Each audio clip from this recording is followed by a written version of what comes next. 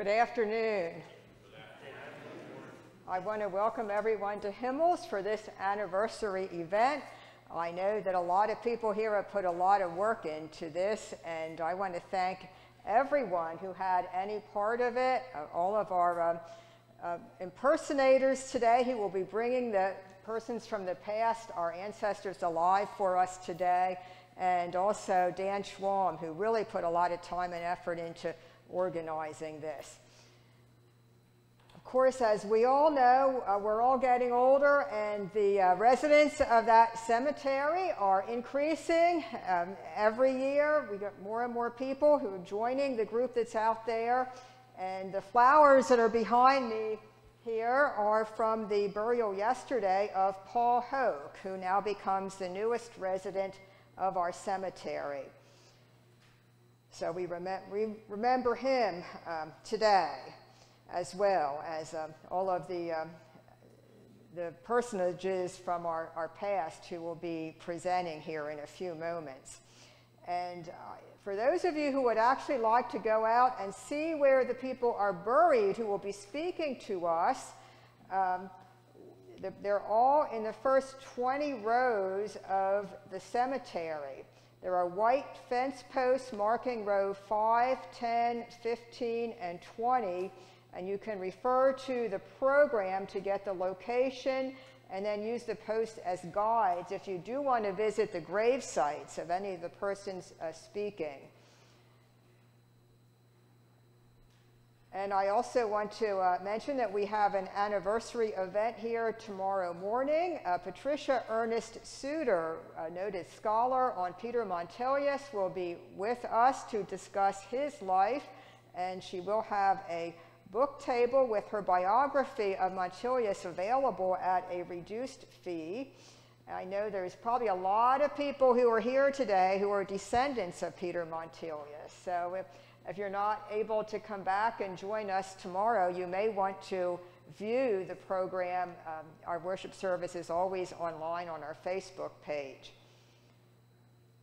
And I want to mention also that our anniversary museum and shop is open this afternoon. We've got all kinds of fascinating tidbits of information there about the history of Himmel's and also of our local community. So if you hadn't had a prior chance to visit that museum and just poke around and find all of the treasures, you might enjoy that after our program today as well. Any other announcements? Okay, well then I would invite everyone to prepare to meet those people, some of whose names you will recognize because they are your names as well.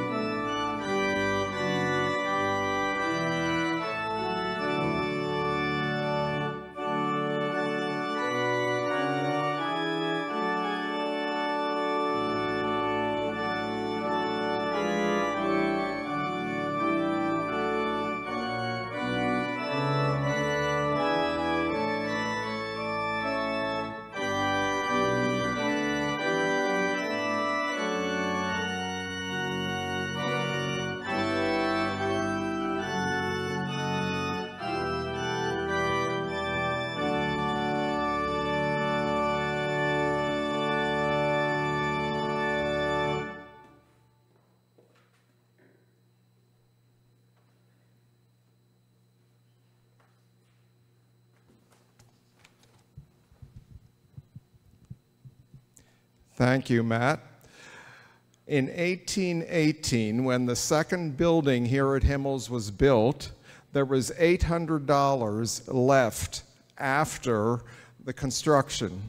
And with that $800, an organ was purchased that was built by Christian Diefenbach from Berks County.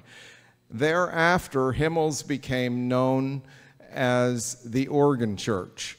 So thank you, Matt, for providing us with the setting of music, which now becomes our time machine to go back in time. I'm sure you all remember the story of Jesus and the Samaritan woman at the well, as told in John chapter 4.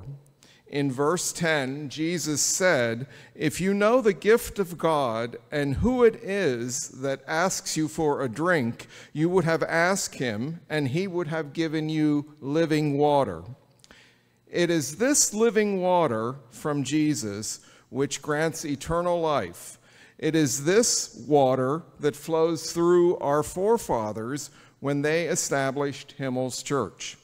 It is this living water which still flows today.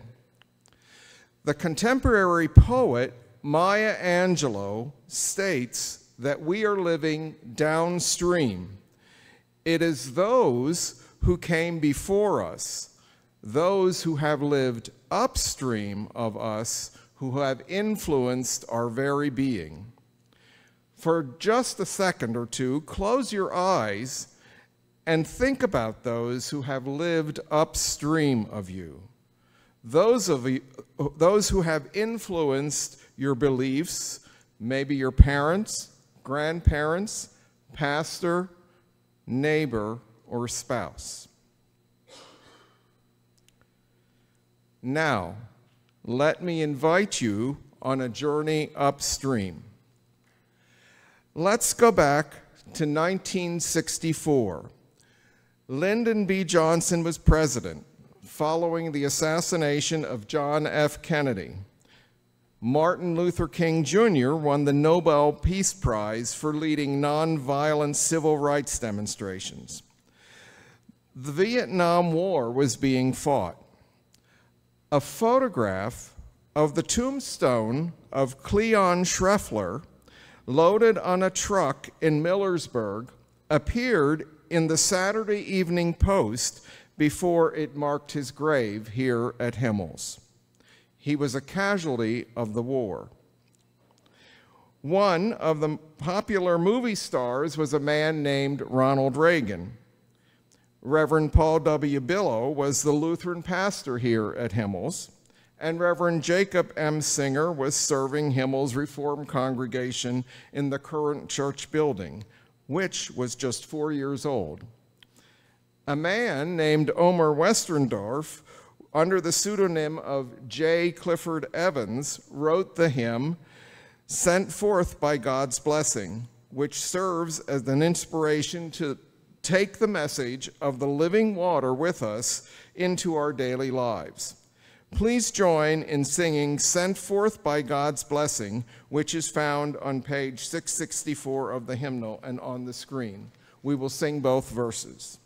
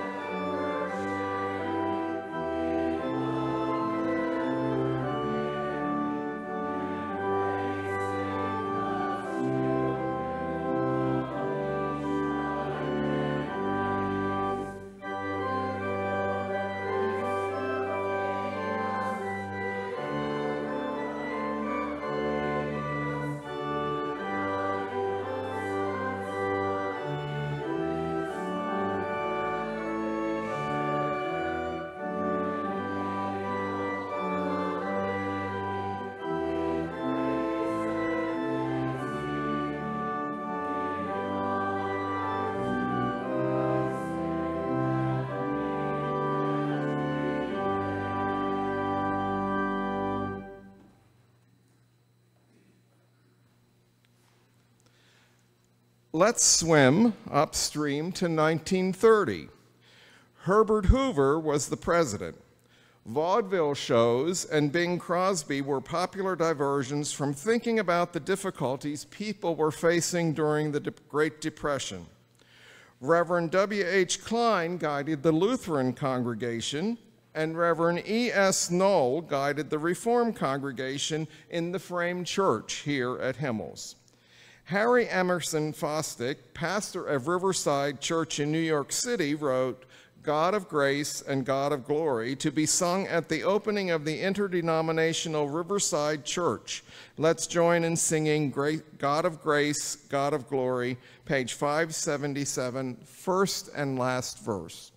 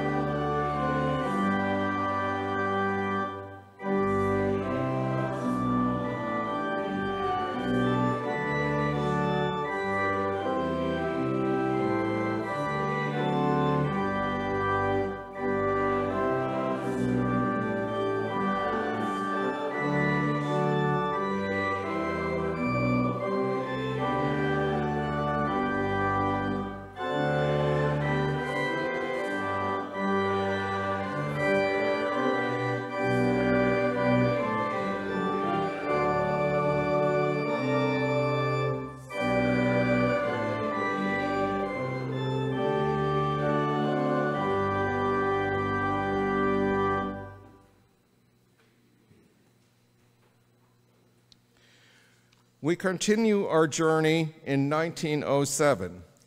Teddy Roosevelt was president. Robert Baden-Powell of Boston started the Boy Scout movement. Gene Autry was born. Himmel's pastors were Lutheran Reverend D.M. Stetler and Reverend James Blott in the Reformed. The Frame Church was 3 years old, and Henry Van Dyke added the lyrics for "Joyful, Joyful, We Adore Thee" to Beethoven's music. Let's sing page 89, the first and last verse.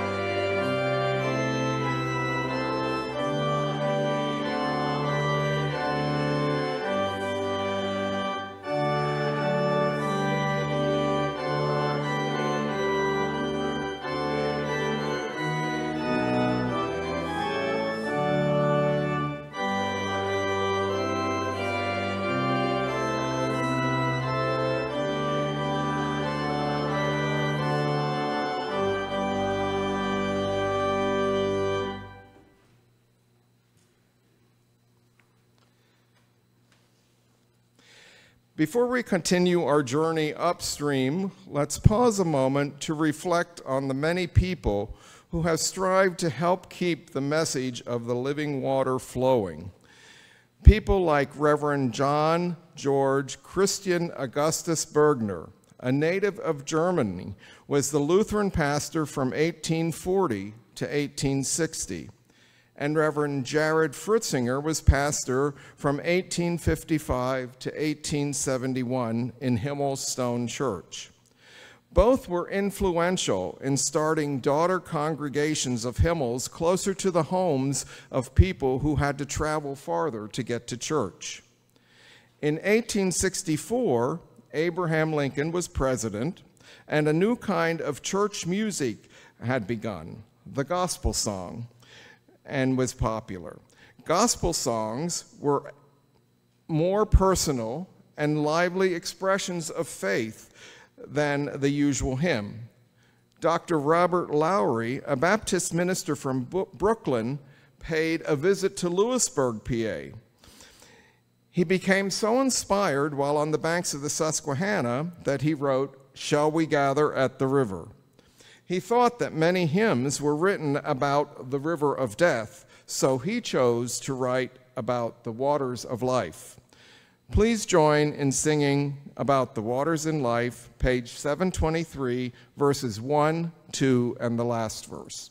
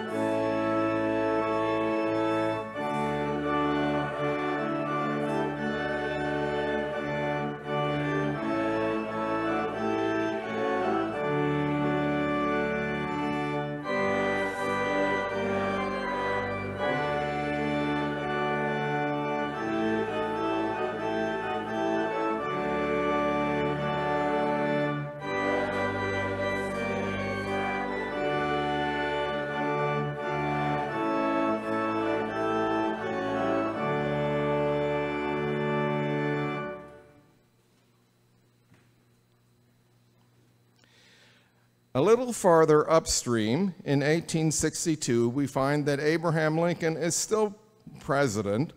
Reverend Rudolph Dinger had been the Reformed pastor at Himmel Stone Church from 1836 to 1852, and Reverend John Hoskerl served the Lutheran congregation. Joseph Henry Gilmore wrote, "He leadeth me," based on the Psalm 23. Let's sing it together, page 128, the first and last verses.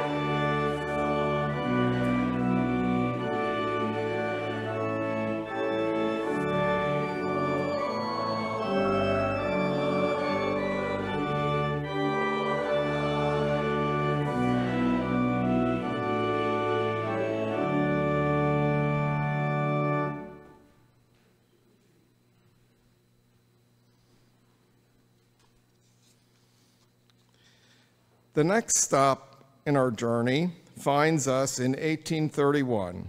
Andrew Jackson is president. Nat Turner had led a very violent slave revolt in which about 60 men were killed.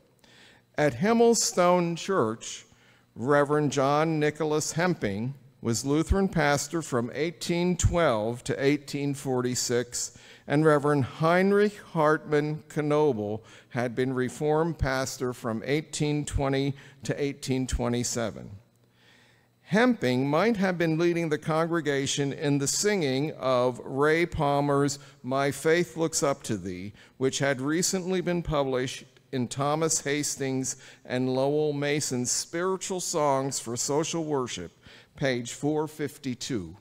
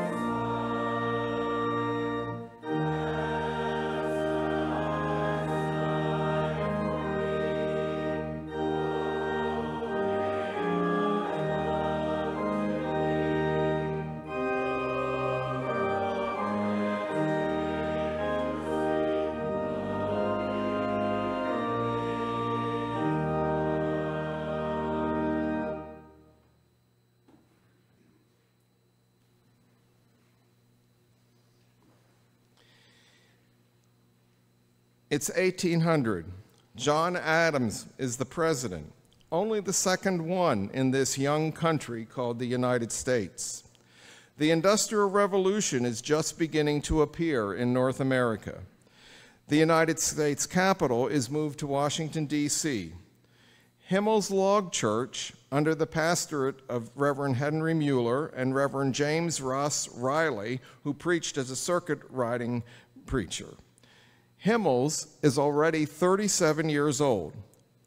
Timothy Dwight, under whose presidency Yale College grew to great renown, was writing, I Love Thy Kingdom, Lord. It's found on page 540. Let's sing it together.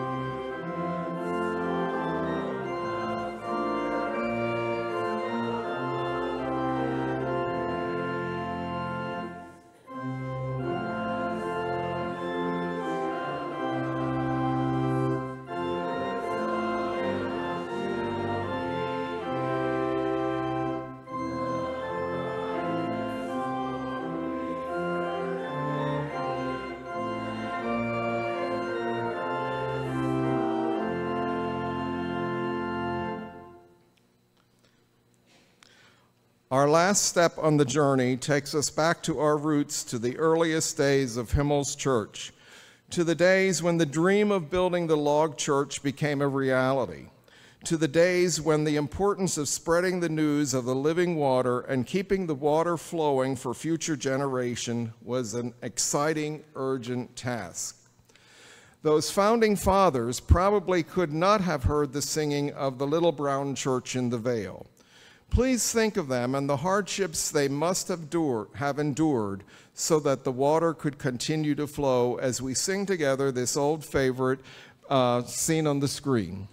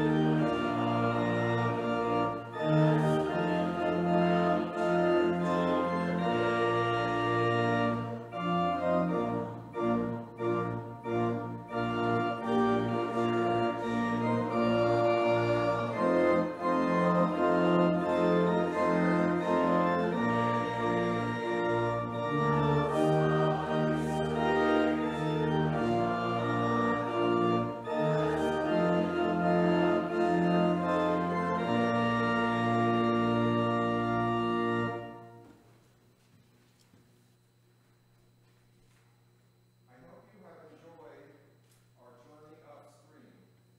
Before I invite you to visit some of the folks from Himmel's past, I'd like to challenge you to keep the living water flowing for those who are downstream from us, our children, grandchildren, and future generations.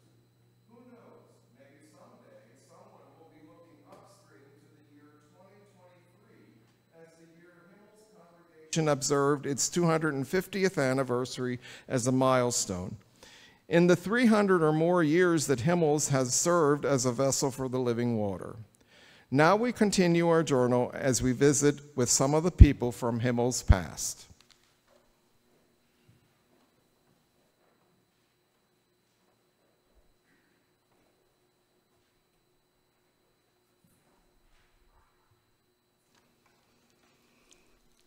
My name is Anna Maria Bortner Schneider. I was born November 27, 1756, in the daughter of Jacob and Sarah Balt Bortner. My father, Jacob, was born in 1720 in Oberhochstadt, Rhineland-Pfalz, Germany, and christened August 10, 1731 in Oberhochstadt. Jacob and his parents, Balthasar and Maria Elizabeth Bortner, arrived in Philadelphia on the ship Adventure in September 1732. On 14 July 1746, Jacob voluntarily enlisted in a force of 400 men raised in the Pennsylvania colony to be voluntarily enlisted, to be employed with troops from the other colonies and British regulars to invade Canada. This was during King George's War, one of several French and Indian wars that finally resulted in conquering Canada in 1760. After wintering near Albany, New York, the expedition was called off and the men discharged in October 1747. Jacob Wardner is listed on one of the muster rolls for Pennsylvania. After 1746, Jacob changed the spelling of his name to the more English pronunciation, Bordner, with a D. He married Sarah Bult about 1750 in Lancaster County, Pennsylvania. Jacob was naturalized as a British citizen by the Colonial Supreme Court in Philadelphia on April 10, 1761.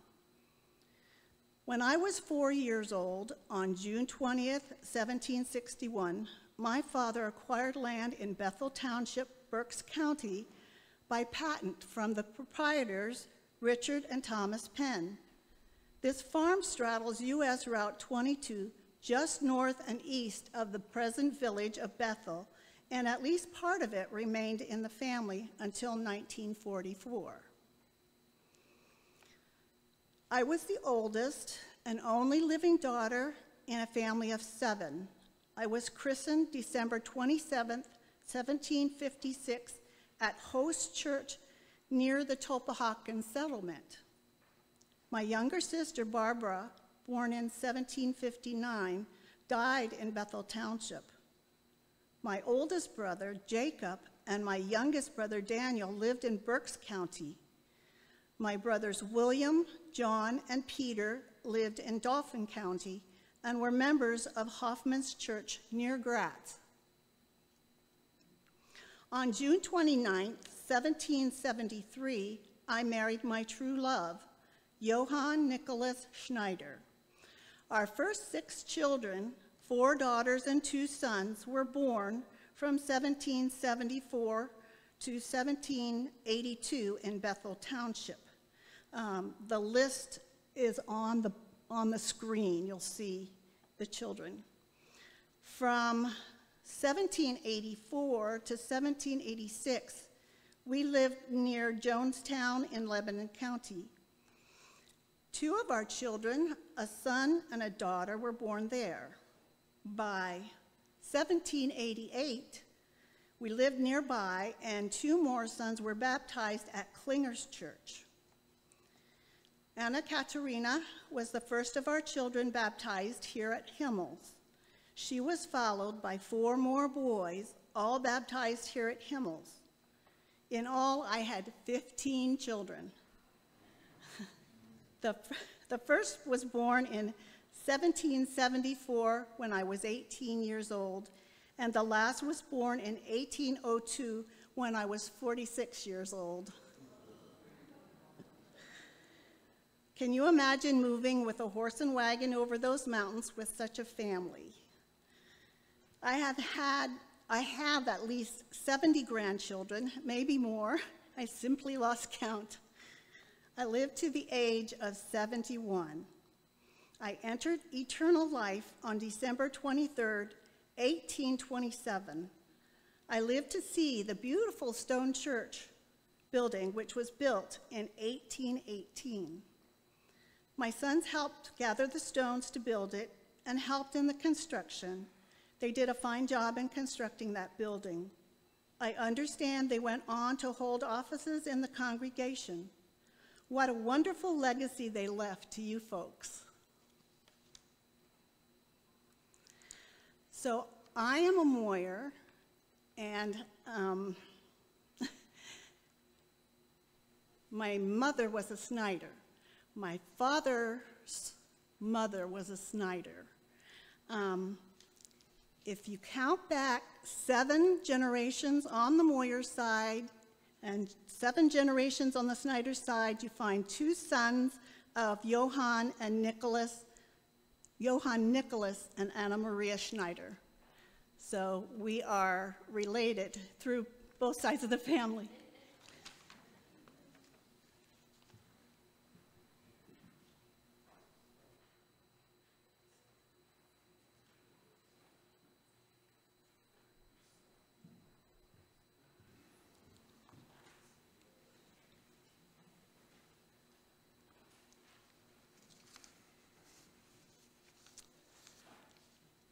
Hello, my name is Johann Nicholas Schneider.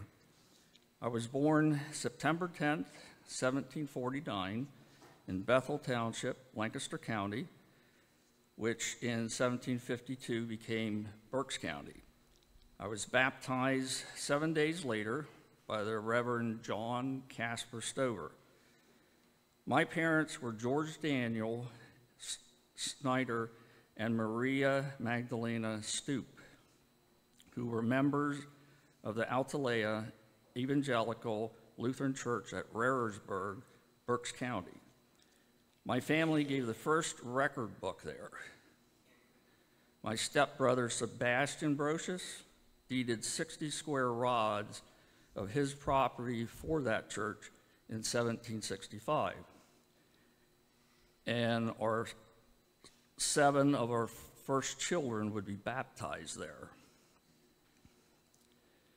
My grandfather, Johann Abraham Schneider, died in Herrenschulzbach, Germany in 1723.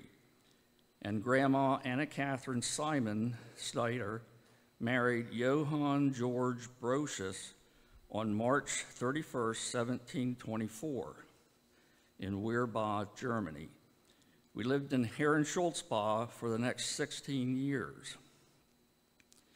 In 1740, my father, my 2 aunts, my Uncle Abraham, along with their parents and 3 Brocious step-siblings, boarded the ship Lydia and arrived in Philadelphia on September 20th, 1740.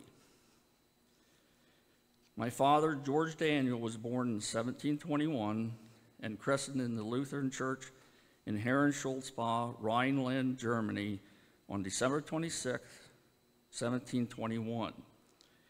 He married Maria Magdalena Stoop, born June 24, 1728, in Tulpehocken Township. She was the daughter of Martin Stoop, who came to New York in 1709 as an indentured servant working in the British tar and pitch camps along the Hudson River. About 1726, Martin and others like Conrad Weiser floated rafts down the Susquehanna River and then along the Swatara Creek to the Tulpehocken region. By the way, Tulpehocken is a Native American word that means land of the turtle. After the marriage of my father, George Daniel, to Maria Magdalena on November 28, 1748, I was born the next year, being the oldest of 11 children. My father received a land warrant for 50 acres on September 26, 1751. This property was located to the southeast of the present town of Bethel, Berks County. The Little Swatara Creek flows through this farm, which was inherited by my younger brothers Jacob and George Daniel Snyder, Jr. Traveling the Tulpehocken Path south of Pine Grove, we lived on the south side of the Blue Mountain along present-day Route 501.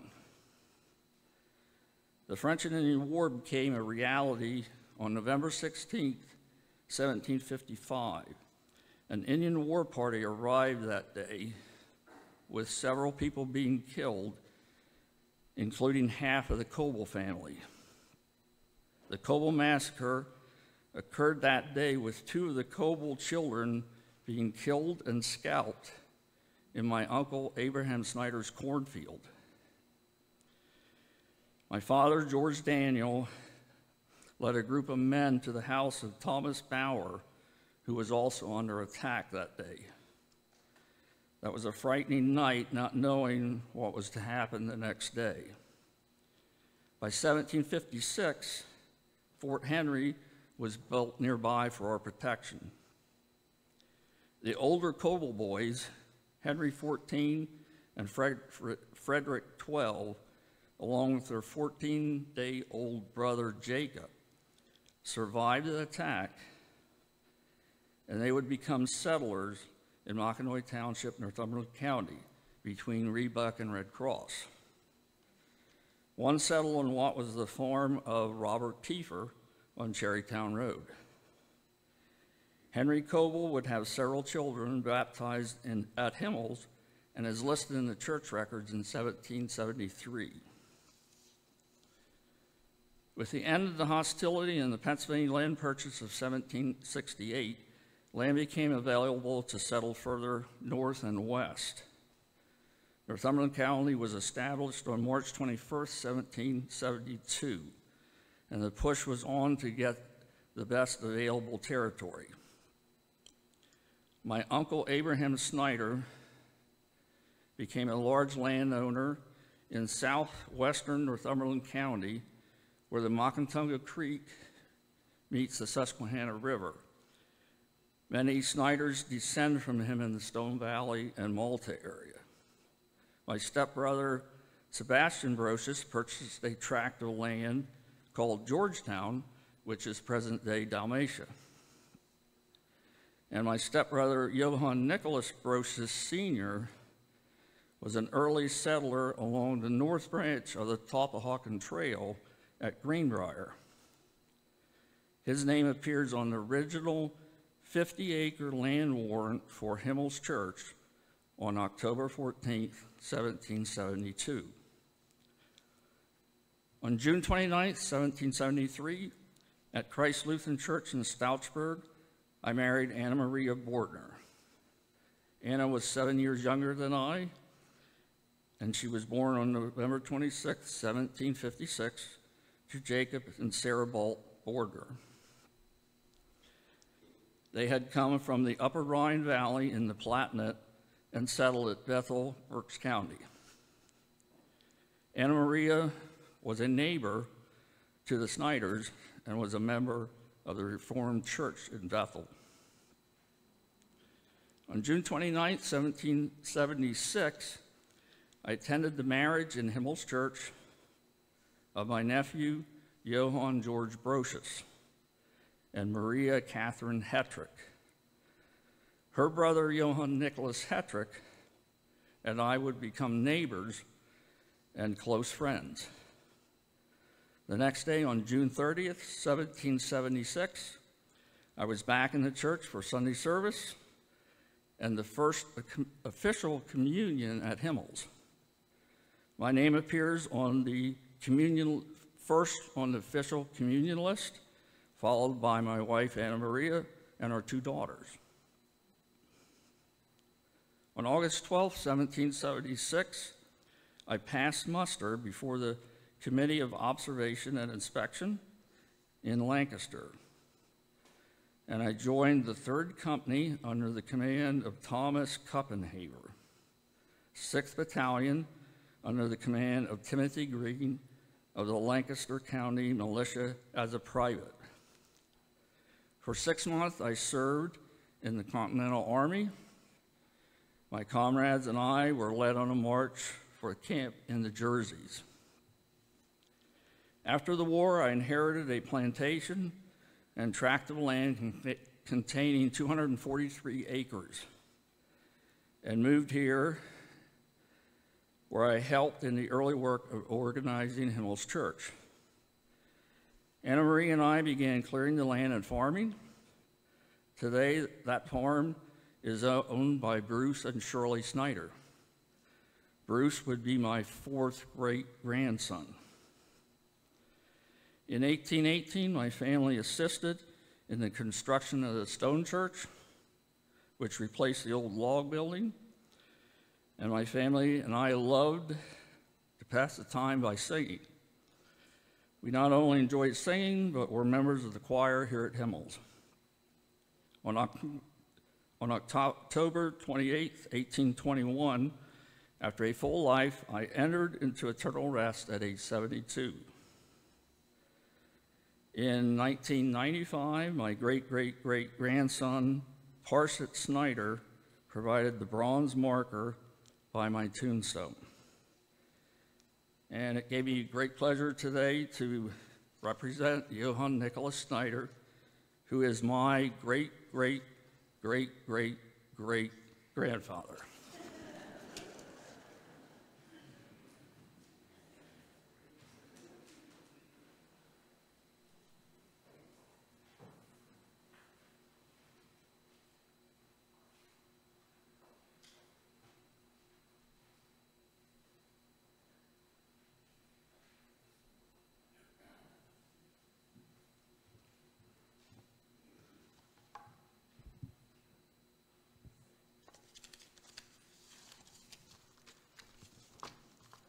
Hello, everyone.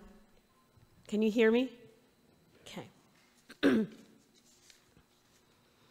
My name is Anna Maria Brocious Holshoe Lawrence. I was the wife of Benville Holshoe. Benville and I were storekeepers, hotel keepers, and he was the postmaster of Greenbrier from 1830 until his death 23 years later.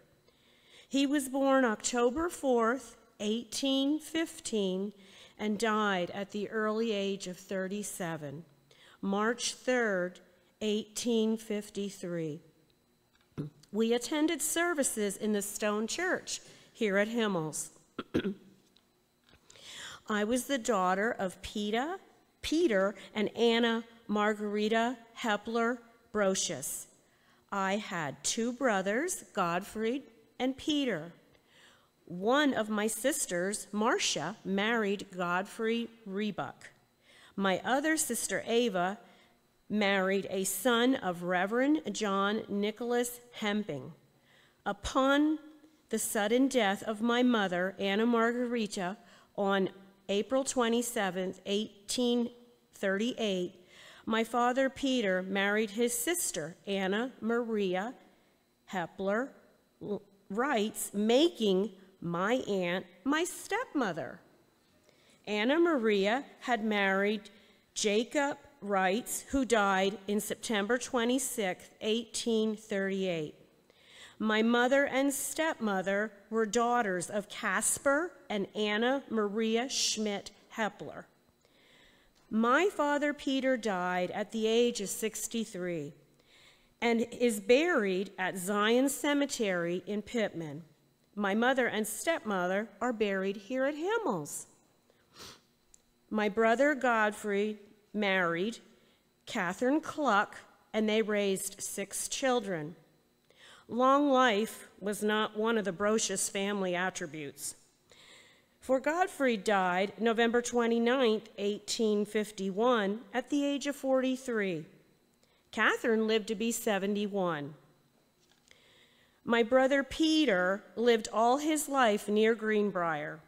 He married Catherine Gunzer, and they had a family of 8 children. He owned over 200 acres of land and was a miller.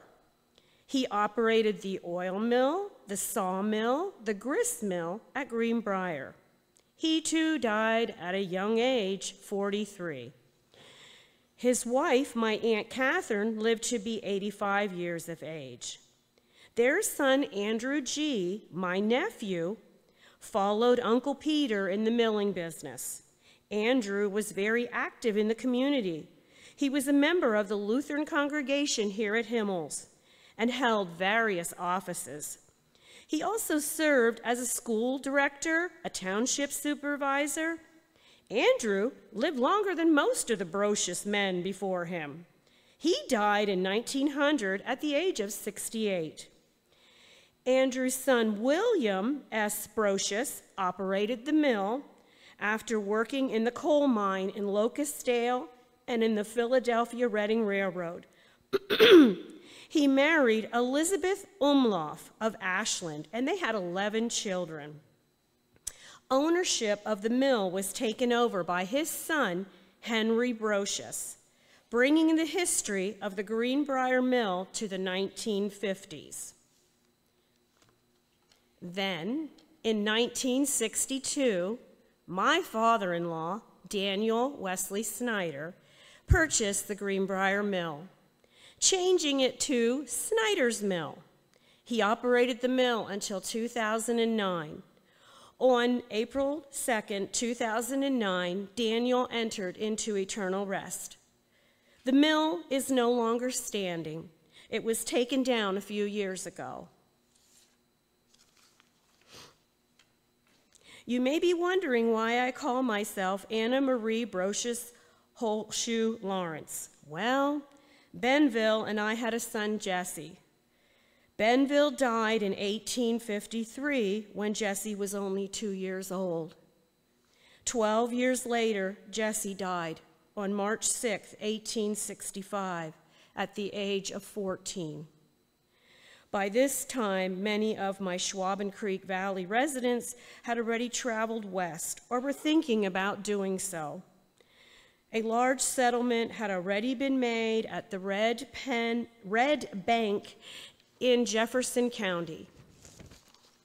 They named the settlement North Freedom. I could not bear the sad memories I had here, and the lure of the unknown intrigued me.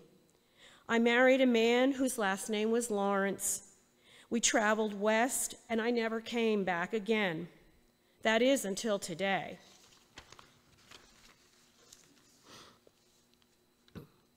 For those of you who may or may not know me, I am Cindy Schreffler Snyder.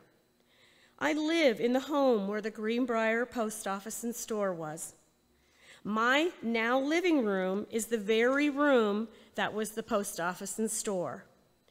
I acquired this postcard, which I blew up to an 8x10 now, many years ago, and I'm fairly certain the couple on it is Anna and Benville.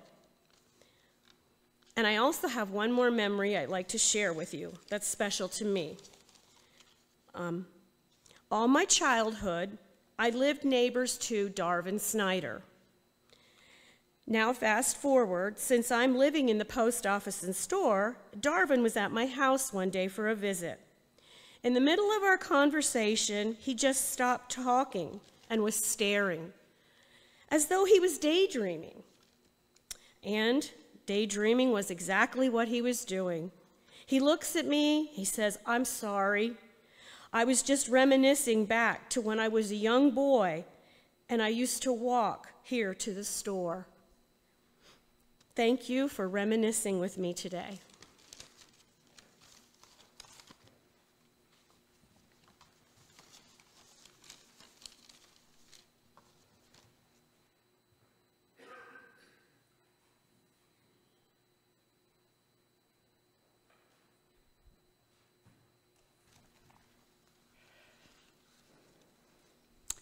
Good day, my friends. How are you doing? There are a couple of you that look like you could use a little bit of cod liver oil. I'm sorry. Old habits are hard to break. My name is Sarah Gogler Treon, and I am the wife of Dr. Frederick Treon, and living with my husband so many years while he practiced medicine, I just couldn't help myself. Frederick was born in 1763 near Heidelberg in Berks County, but to Michael and Elizabeth Treon. He was the third of 12 children. His first wife was Barbara Bracer. They were married in 1792 in Lebanon County. His grandfather came to America on a ship called Janet. Isn't that a silly name for a ship? He came in 1752 from Hatter in Alsace, which you might know as France. At the beginning of his medical practice, he settled right here in Washington Township and became a physician of widely known acquaintance. He was your typical saddlebag doctor, traveling to and fro on horseback, ministering to many, and literally riding thousands of miles to help others.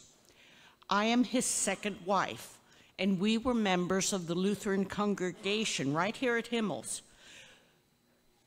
We are the parents of 12 children. Let's see, Michael and Benjamin, they settled right here in Washington Township, and Peter and his wife Sarah Glace, they lived in Little Mahanoy Township. Barbara and her husband, Henry Moyer, moved to Lewistown. Julie, she married Dr. Smith. And Suzanne first married Abraham Wrights and then Amos Reed.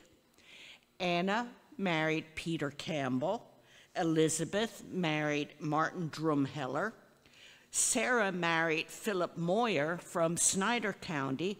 And Polly and her husband, John Bob, moved to Center County.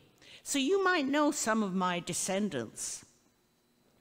I didn't mention our son Frederick, who was born October 6th, 1803, and he was baptized right here at Himmel's, even though his name does not appear on the church records.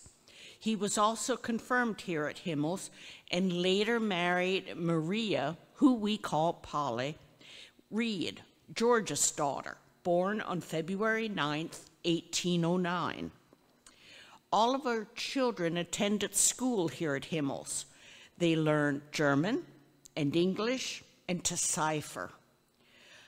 I saved talking about Frederick until now because I'm happy to tell you that he followed in his father's footsteps. He began reading his father's medical books at a very early age and became a doctor at the age of 24. He was practicing in Jackson Township and Lower Mockinoy Township. Just like his father, he traveled far and wide. Why, he even went all the way to Buffalo Valley, out beyond Lewisburg, and into Snyder County. I am mighty proud to say that our son was what you might call a specialist. Dr. Frederick was much sought after for his treatment of gangrene. People came to him from many miles away. Our son Frederick and his father became widely known because of their involvement in helping the sick. Why, even though he never really cared about public office, he was elected the township clerk. My husband, Frederick, took his last breath on July 29th, 1840, at the age of 78. Frederick, our son, died just 10 short years later, on June 27th, 1850, when he was only 47 years old. I passed away January 12th, 1851, at the age of 62. I'm sure that the loss of our dear son, Frederick, contributed to my untimely death.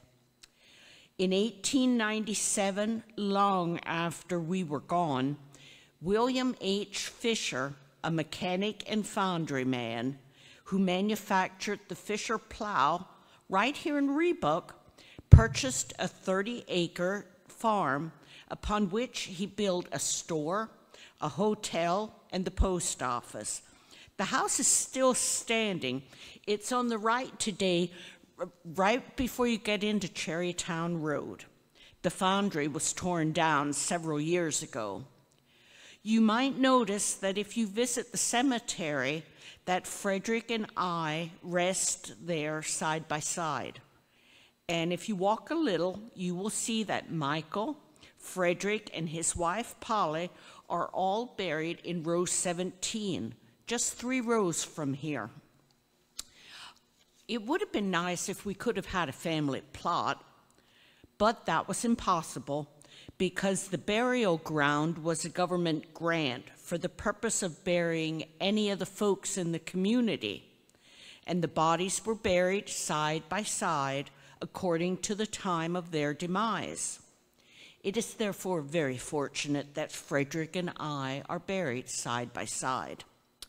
And some of you may know our great-great-great-great-granddaughter, Lita Kaler, and our great-great-great-great-great-grandson, David Kaler.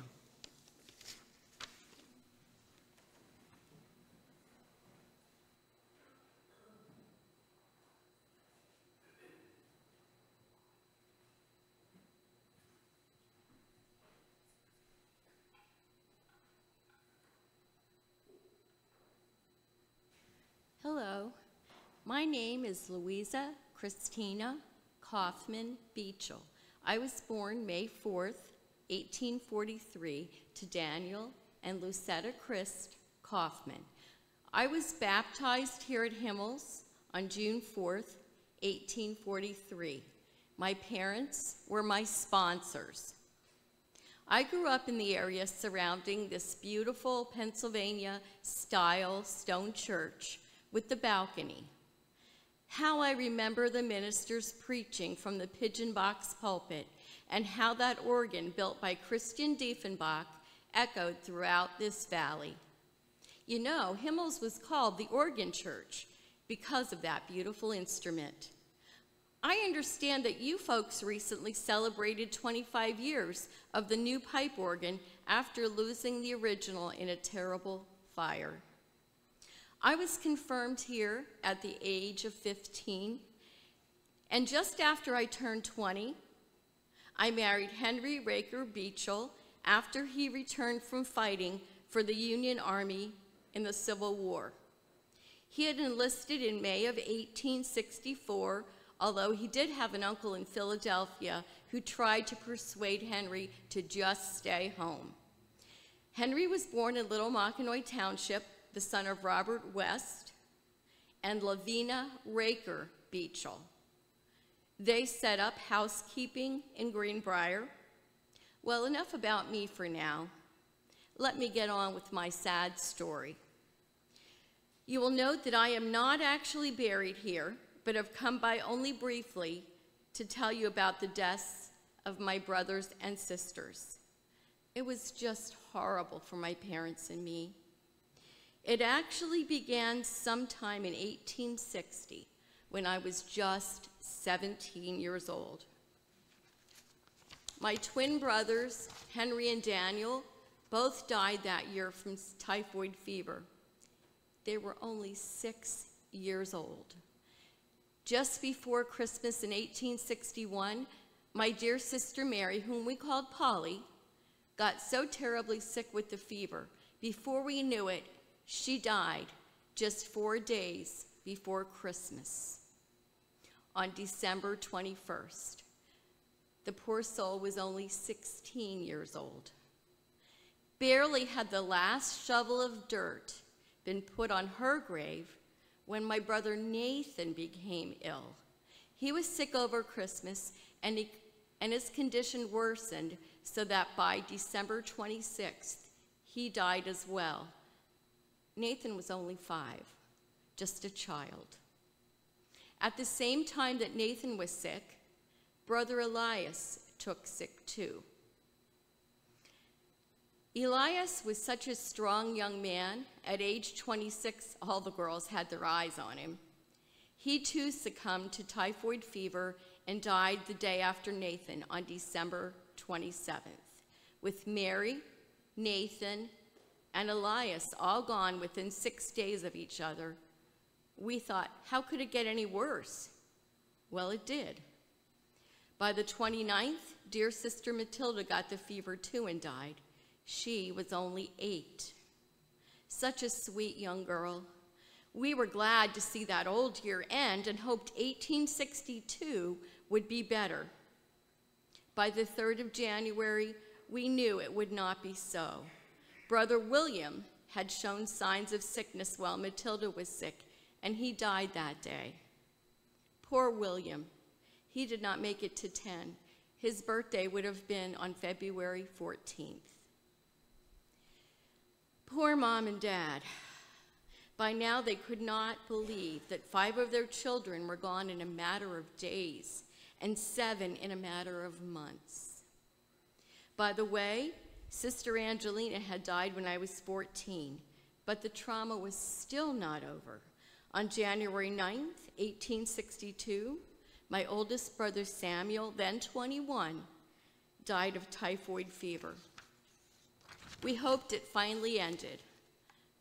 Mother never really recovered from the shock. It was indeed a miracle that she did not get sick and die, because she was pregnant with my brother Charles while all this was going on. Charles was actually a godsend, for when he was born on March 7th, 1862, he brought new life and hope to our family. I was so happy to have a sibling again. Mother and Dad were able to regain some of their strength.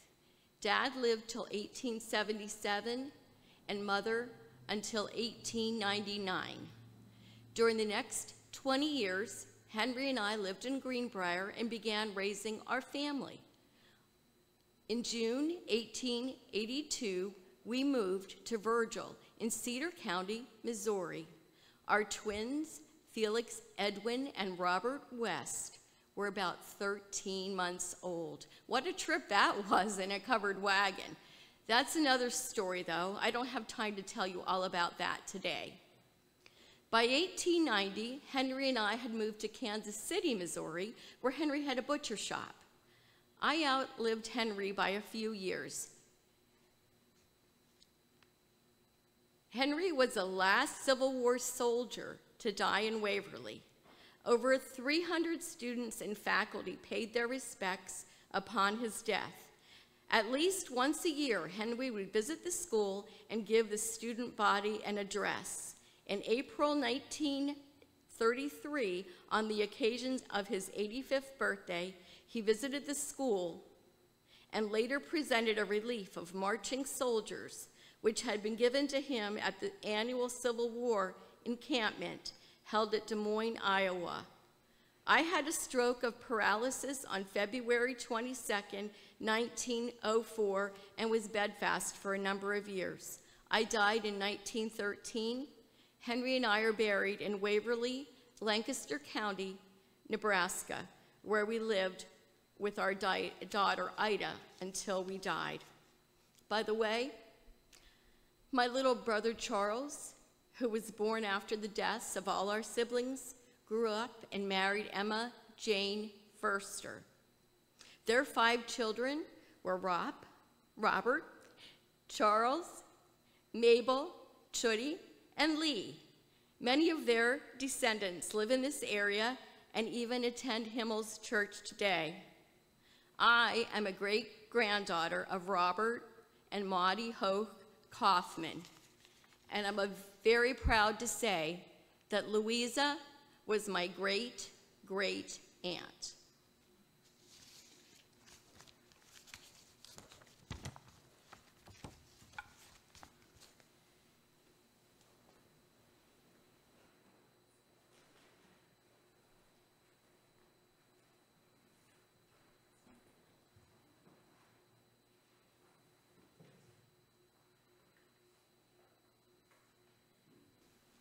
Good afternoon.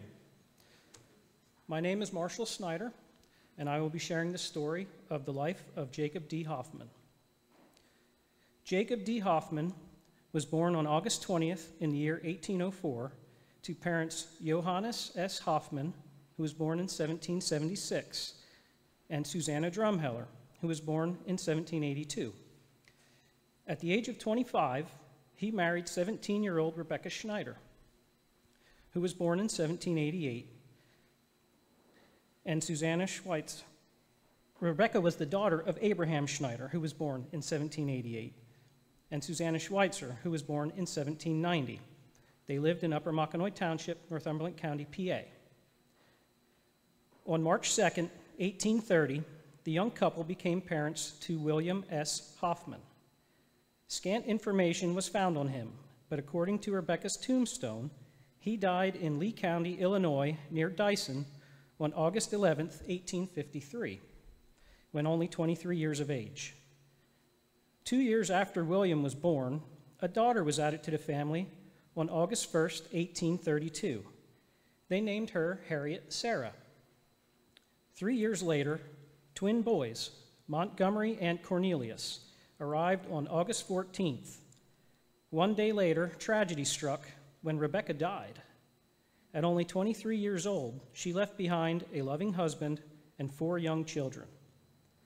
How Jacob cared for his little children and newborns is lost to history, but one can imagine the difficulty. On November 14th, 1835, baby Montgomery joined his mother. Less than 5 months later, little Cornelius also died. Jacob's heart must have been shattered. By the time of the 1840 census, Jacob's household included himself, 1 male between 10 and 15 years old, 1 female between 5 and 10 years old, and a female between 20 and 30 years old. Most likely, this was his second wife, Susanna Rothermel Hoffman, who, born on October 20th, 1815, would have been about 25 years old. The early census records do not list occupations, but since the 1850 census lists Jacob D. Hoffman as a farmer with real estate that was valued at $3,500, it can be assumed that he had been farming for some time and was successful in his endeavors. His family in 1850 included himself at the age of 46, his wife Susanna, 35, son William, 24, and daughter Harriet, 18. They lived in Little Mockinoy Township, Northumberland County, PA. Between 1850 and 1853, William moved away and died. During the same time period, Harriet, now the only living child, married Samuel B. Dunkelberger and had 4 children, Albert Henry, Amanda Elizabeth, William C., and Mary Jane. 2 other children, Susan Ellen and Jacob Henry, were born in 1864 and 1868, respectively. At some point between 1850 and 1860, Jacob and Susan relocated to Washington Township, Northumberland County, and had real and personal estates worth almost $10,000, which was a considerable amount for the time period. In comparison, one of their closest neighbors was a young man named Josiah Zabar, whose estate was listed at $100. Another more established neighbor was Godfrey Schreffler, and his property was worth $3,000. Jacob and Susanna had a 21-year-old woman listed as Mary Hoffman living with them. If Mary was a daughter of Jacob and Susanna, why was she enlisted in the 1840 and the 1850 censuses? No church, marriage, further census, or death records for her could be found, so Mary's life remains a mystery. By 1870, Jacob and Susanna Hoffman moved again. Their residence was Jackson Township, where they had been in 1840. It's not clear if they went back to their previous farm or purchased a different one. Compared to 2 of their neighbors, Reuben Muth's estate value of $2,000 and John Cluck's estate worth $3,000, Jacob and Susanna's property, which was valued at $10,000, must have been rather large. Unfortunately, money and property cannot buy happiness or prevent sadness. On March 3rd, 1875, Jacob's beloved Susanna passed away at the age of 59 years, 4 months, and 13 days.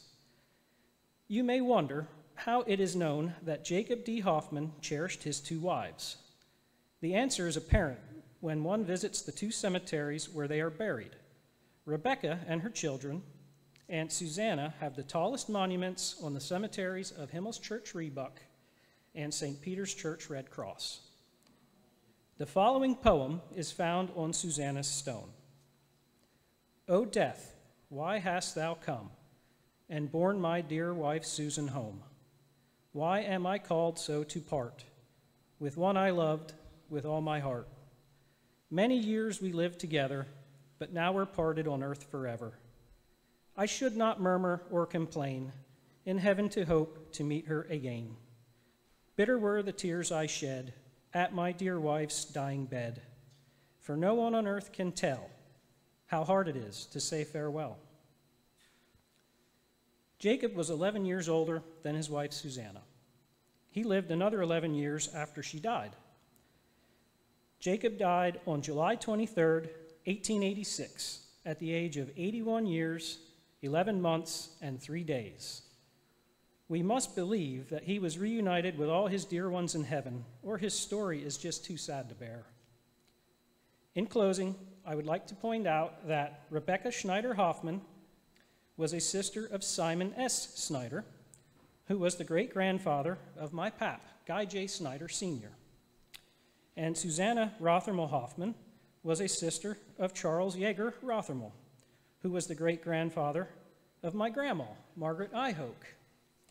Guy and Margaret married, which makes both Rebecca Hoffman and Susanna Hoffman second great-aunts to the Snyder children, and third great-aunts to the Snyder grandchildren, who include myself, Johnny and Ruth Ann Moyer, Jeannie Adams, and Dennis Klinger.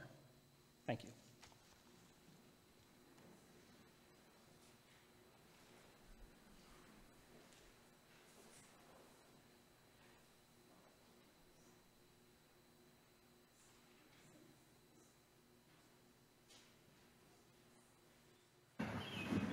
Hi, my name is Andrew Geist. I was born in Frederick Township, Philadelphia County, on January 26, 1755. My parents were Christoph and Anna Margarita Geist, who arrived in Philadelphia aboard the ship Lydia on September 22, 1740.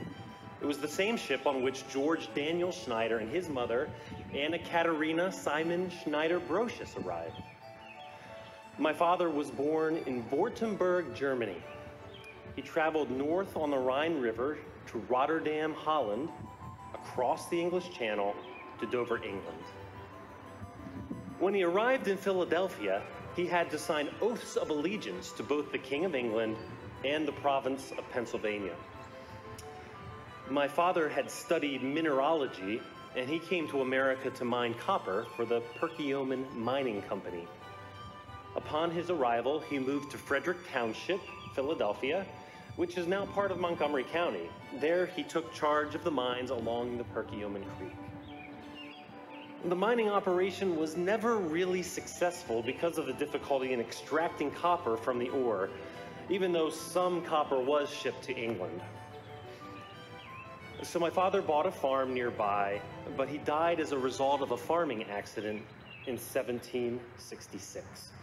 He was laid to rest here in the Faulkner Swamp Reformed Church Cemetery in Montgomery County. My mother was widowed at the age of 42 with 9 children, ranging in age from newborn to 21. She moved north to Dryville in Berks County with all of my brothers.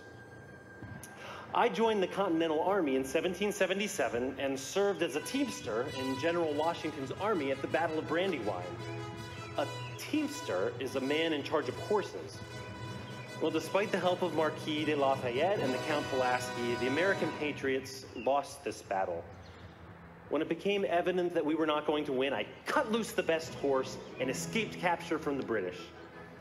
During the harsh winter in 1777, my brothers Matthias, John, and I were able to spend most of our time at our mother's home, which was only 15 miles from Valley Forge, where Washington and the rest of his troops were camping for the winter.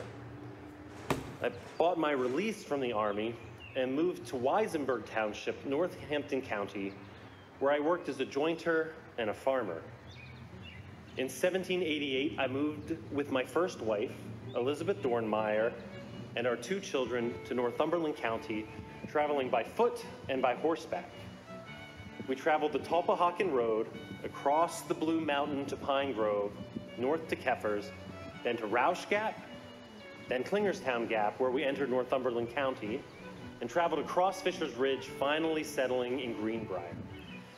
We had heard that the land had nothing but green briars to clear, but we got some excellent farmland along Schwoben Creek, which we named after the tribe in Germany from which we descended. Our first resting place was under a large oak tree, not more than half a mile from the Indian hunting camp that they call Lek Kill today. At first it was a little scary because the Indians had a cemetery close by, which was later part of my farm. My family and I became friends with the Indians, and we often watched them through the cracks in our log cabin. I regret that I could never afford a tombstone for Elizabeth, who died shortly after we arrived in Greenbrier. I then married Maria Christina Schneider, the daughter of Johann Nicholas Schneider, and the granddaughter of our good friend George Daniel Schneider, who had traveled with my father from the fatherland to America. Maria was born February 8, 1778 in Bethel Township, Berks County. In all, I fathered 21 children, 17 who survived to adulthood. In 1795, I purchased 300 acres of land from Adam Schlick and Henry Midian. Both had land patented by the Penns. But boy, did I have trouble until I got clear titles to that land.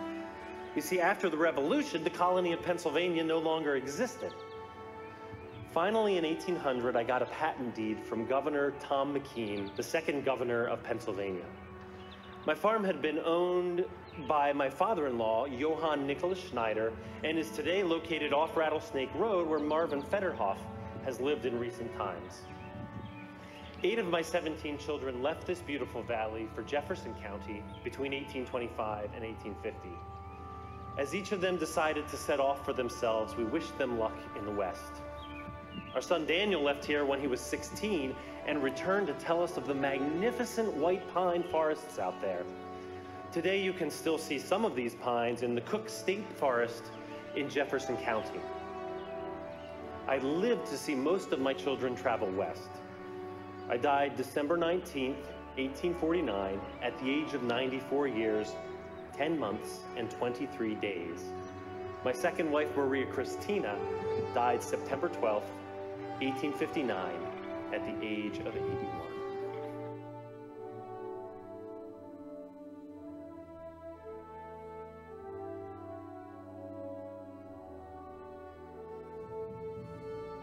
I'm Maria. And I'm Joel. And Andrew Geis was our great grandfather through Pappy and Granny Star.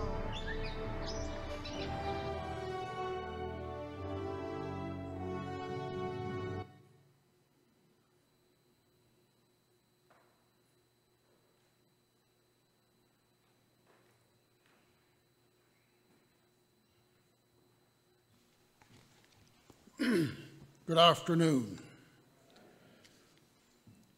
I'm the Reverend Johann George Christian Augustus Bergner. I was born March 28, 1806 in Thaldorf, Principality of Schwarzburg, Rudolstadt, Germany.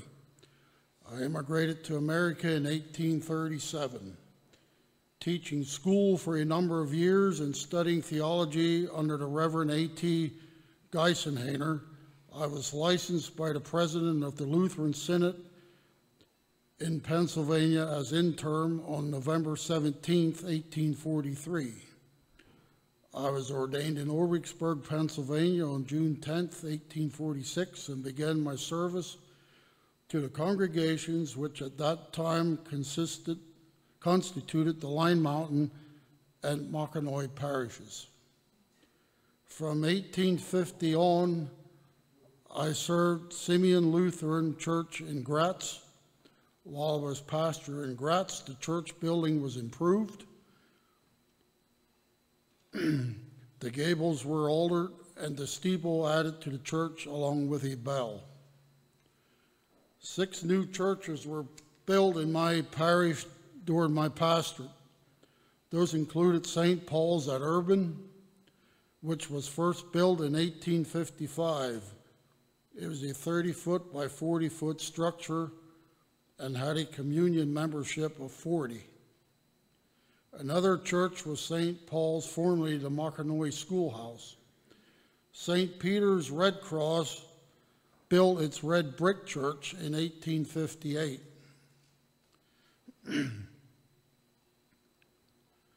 This new building replaced the old yellow church. I helped at the laying of the cornerstone on June 12, 1859, and the dedication on May 8, 1860. St. John's Lake Hill and Arts is today St. Paul's United Church of Christ in Sacramento, and St. Matthew's Coleman's in Dauphin County were also built during my tenure as pastor of Line Mountain and Mockanoy parishes. I was married May 26, 1834, to Maria Amelia Augusta Feltrop in Rudolstadt, Germany.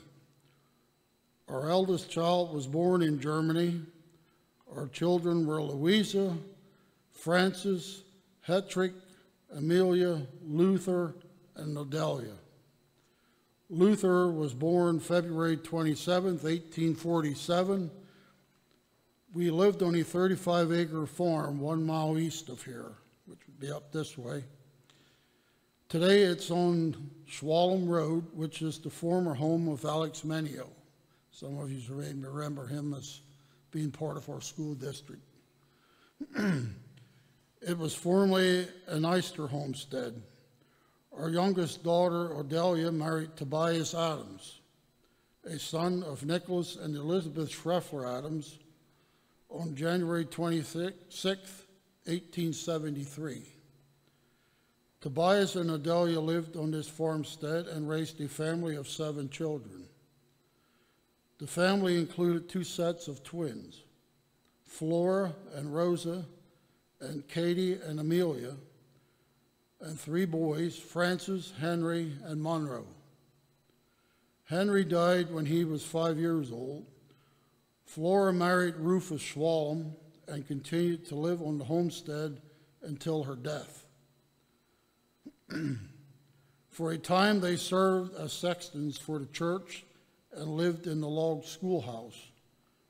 Rosa married Robert Smeltz. Katie married Levi Paul, and Amelia married William Griffith and moved to Allentown. The Smeltzes and the Pauls continue to be active members of Himmels.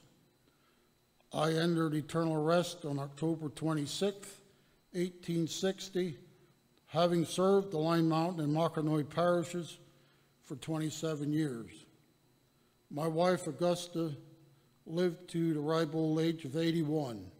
She died September 3rd, 1893. Odelia Bergner Adams died December 5th, 1906, age 58, 5 months, 23 days. She and Tobias were members of the Reformed congregation in which he served as the deacon and elder.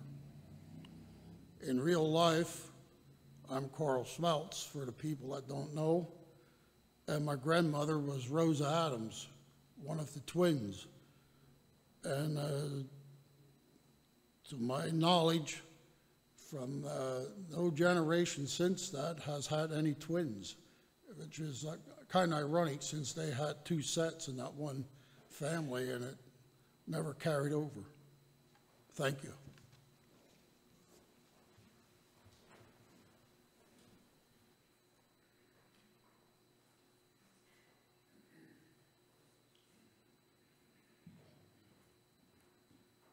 Good afternoon. Greetings on this anniversary of this church's founding. My name is Peter Montilius.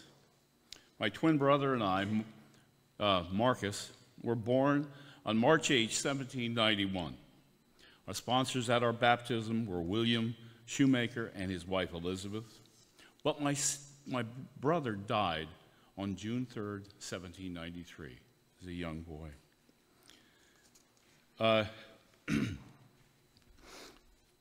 My parents were Frederick Marcus and Elizabeth Christiana Bartholomew Montilius. My father was born in October of 1752 in Upper Saxony, Germany.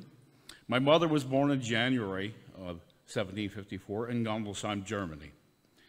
And they were married by the Reverend Michael Schleider, Reformed pastor, in 1777 in Philadelphia. Around 1780, they moved to Reamstown in Lancaster County, where my father was the first postmaster there.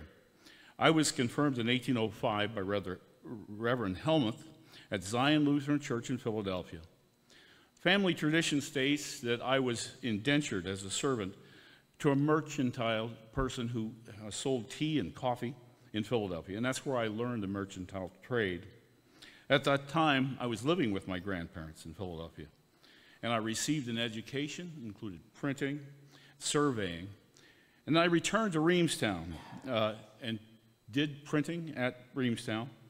And while I was living there, I was also teaching school. Later, the same merchant set me up in a printing business at Reamstown, and some of my early works that I did in printing that are still available to see were printed there. In January 28th of 1812, I married my true love, Margaret Rebecca Sisler, who was born in March 12, 1793. We were married by the Reverend Henry A. Muhlenberg She was the daughter of David and Elizabeth Mensch Sitzler, who resided near Reading. And during the course of our marriage, we were blessed with 12 children, 10 daughters and 2 sons. That's an amazing thing, 10 daughters, 2 sons that lived. And probably the reason you don't maybe recognize the last name is because it almost has disappeared from this area because of all the daughters and few sons. But our daughters married many eligible bachelors from this area, so there are many Montilius descendants living in this area. And listen for a minute, and I'll tell you some of them and who they married. Elizabeth Christiana, who was born in 1814, married John Snyder and lived in Leck Hill, along with Sarah, who married Daniel Fetter. Mary married George Snyder, and Rachel married Nathan Erdman. Jane married John Schaefer. Fanny married Benneville Eister. Charlotte married Solomon Snyder. And Harriet married Samuel Kiefer. Emma married Michael Hepner. And Frederica married Edward Starr. Timothy did not have any children that we know of, and none from this valley. And Frederick moved to Snyder County, and there are descendants buried in Snyder County of Frederick.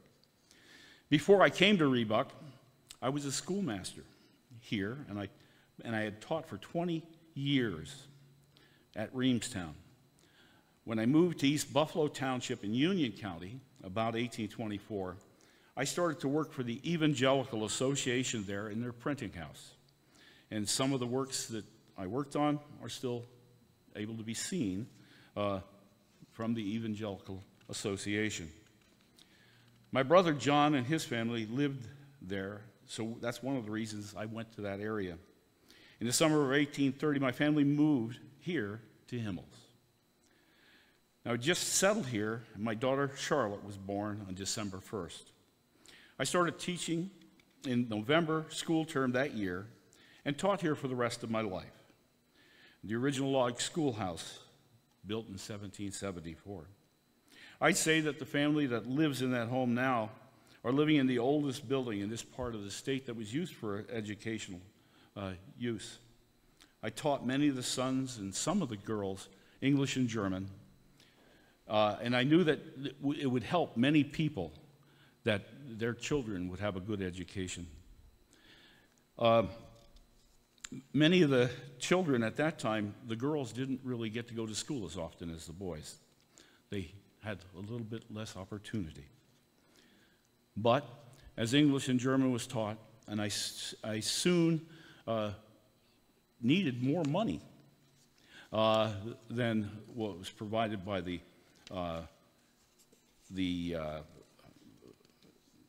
school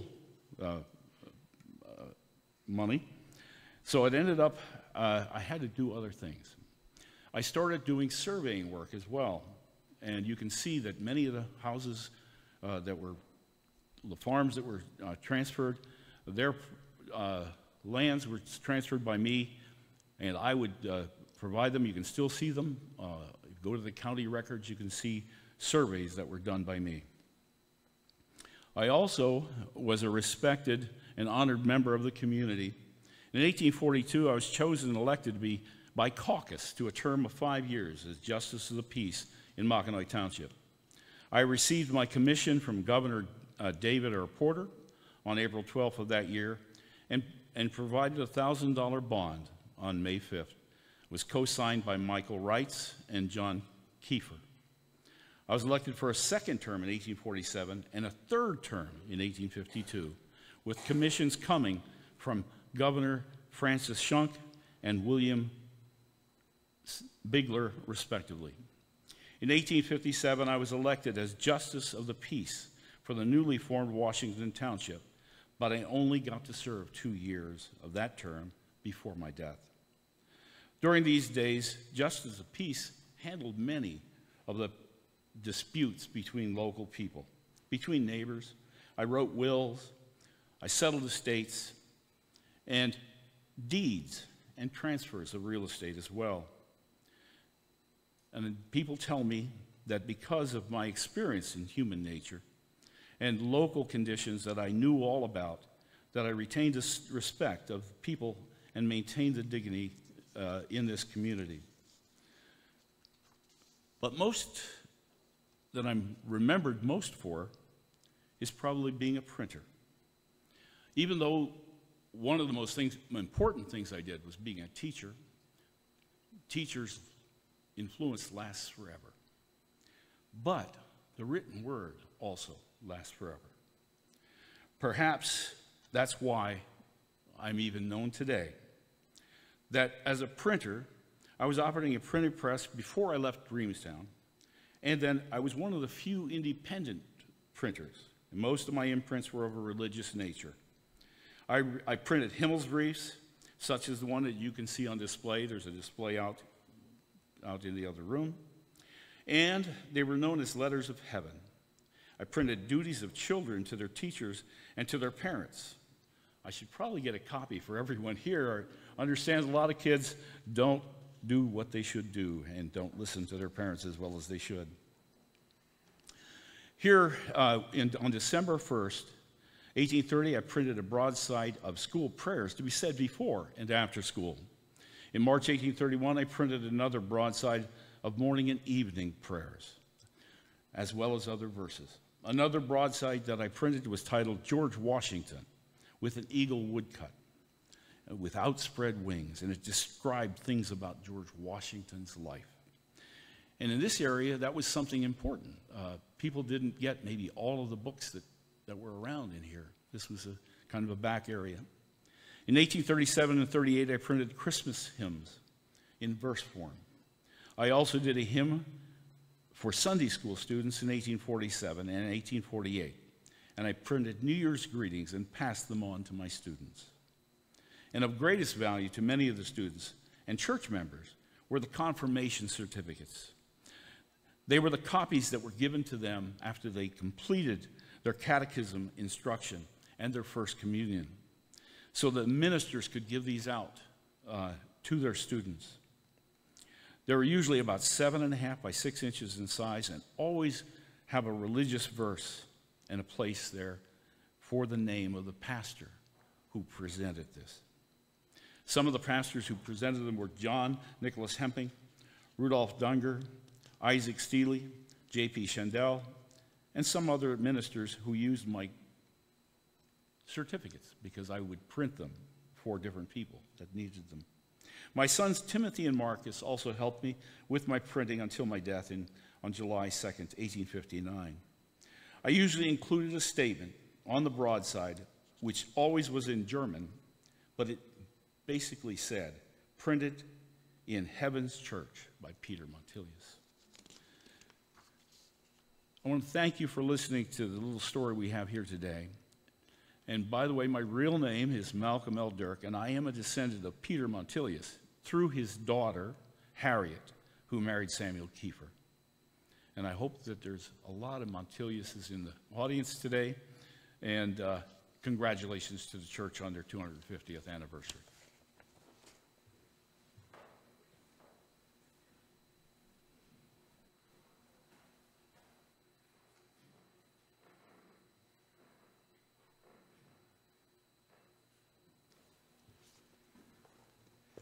This concludes the visits with all of our guests for the afternoon. Let's give all of our folks from the past a nice hand.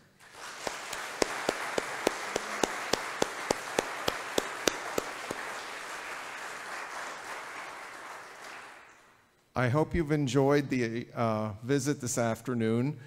As you get up, you might have learned that the person in front or in back of you is a distant cousin. Get to know your relatives.